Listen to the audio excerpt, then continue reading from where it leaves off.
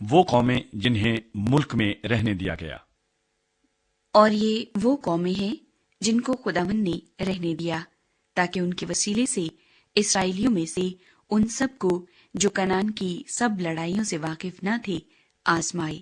فقط مقصود یہ تھا کہ بنی اسرائیل کی نسل کے خاص کر ان لوگوں کو جو پہلے لڑنا نہیں جانتے تھے لڑائی سکھائی جائے، تاکہ وہ واقف ہو جائیں، یعنی فلسطینیوں کے 5 سردار اور سب کنانی اور سیدانی اور کوہ بال ہرمون سے حماد کے مدخل تک کے سب ہوی جو کوہ لبنان میں بستے تھے۔ یہ اس لیے تھے کہ ان کے وسیلے سے اسرائیلی آزمائے جائیں، تاکہ معلوم ہو جائے کہ وہ خداوند کے حکموں کو جو اس نے موسیٰ کی معرفت ان کے باپ دادا کو دیے تھے سنیں گے یا نہیں۔ سو بنی اسرائیل کنانیوں اور ہتیوں اور اموریوں اور فرزیوں اور حویوں اور یبوسیوں کے درمیان بس گئے، اور ان کی بیٹیوں سے آپ نکاح کرنے اور اپنی بیٹیاں ان کے بیٹوں کو دینے اور ان کے دیوتاؤں کی پرستش کرنے لگے۔ غتنی ایل۔ اور بنی اسرائیل نے خداوند کے آگے بدی کی، اور خداوند اپنے خدا کو بھول کر بالیم اور یسیرتوں کی پرستش کرنے لگے۔ اس لیے خداوند کا قہر اسرائیلیوں پر بھڑکا، اور اس نے ان کو مسوپتامیہ کے بادشاہ کوشن رساتیم کے ہاتھ بیچ ڈالا۔ سو وہ 8 برس تک کوشن رساتیم کے مطیع رہے۔ اور جب بنی اسرائیل نے خداوند سے فریاد کی تو خداوند نے بنی اسرائیل کے لیے ایک رہائی دینے والے کو برپا کیا، اور کالب کے چھوٹے بھائی کنز کے بیٹے غتنییل نے ان کو چھڑایا۔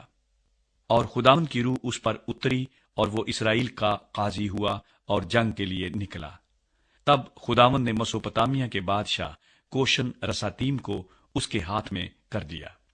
سو اس کا ہاتھ کوشن رساتیم پر غالب ہوا، اور اس ملک میں 40 برس تک چین رہا، اور کنز کے بیٹے غتنی ایل نے وفات پائی۔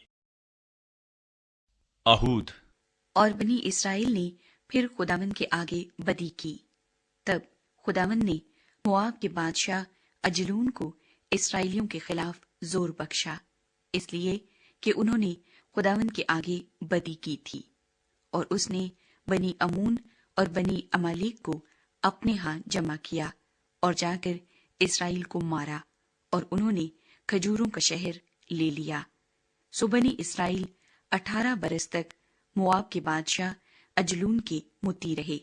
لیکن جب بنی اسرائیل نے خداوند سے فریاد کی تو خداوند نے بنیامینی جیرا کے بیٹے اہود کو جو بے ہتھا تھا ان کا چھڑانے والا مقرر کیا، اور بنی اسرائیل نے اس کی معرفت مواب کے بادشاہ اجلون کے لیے ہدیہ بھیجا، اور اہود نے اپنے لیے ایک 2 دھاری تلوار 1 ہاتھ لمبی بنوائی، اور اسے اپنے جامے کے نیچے دہنی ران پر باندھ لیا۔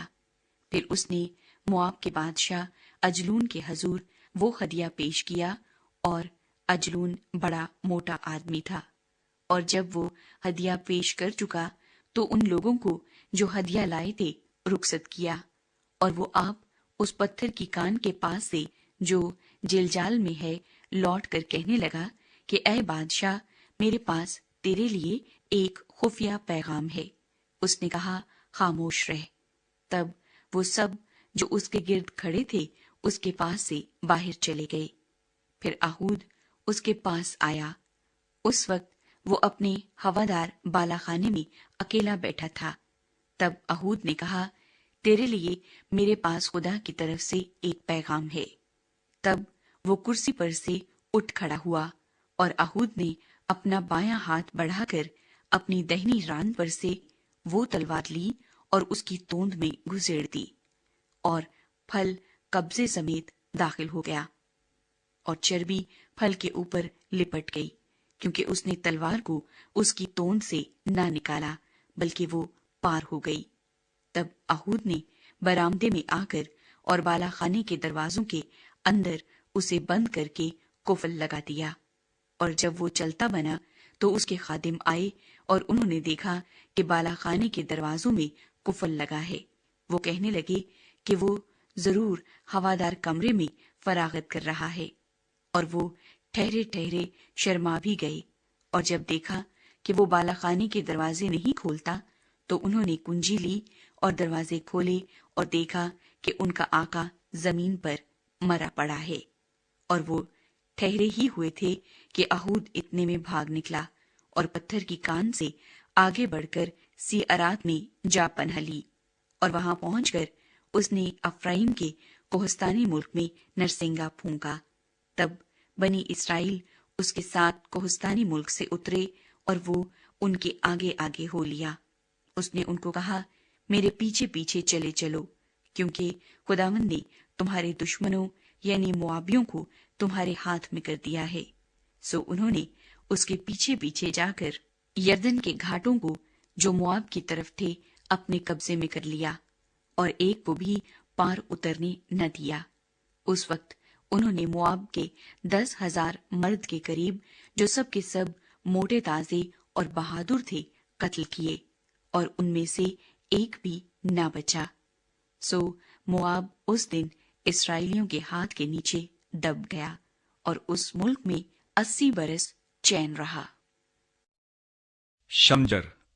اس کے بعد انات کا بیٹا شمجر کھڑا ہوا، اور اس نے فلسطینیوں میں سے 600 مرد بیل کے پینے سے مارے، اور اس نے بھی اسرائیل کو رہائی دی۔ دبورا اور برق۔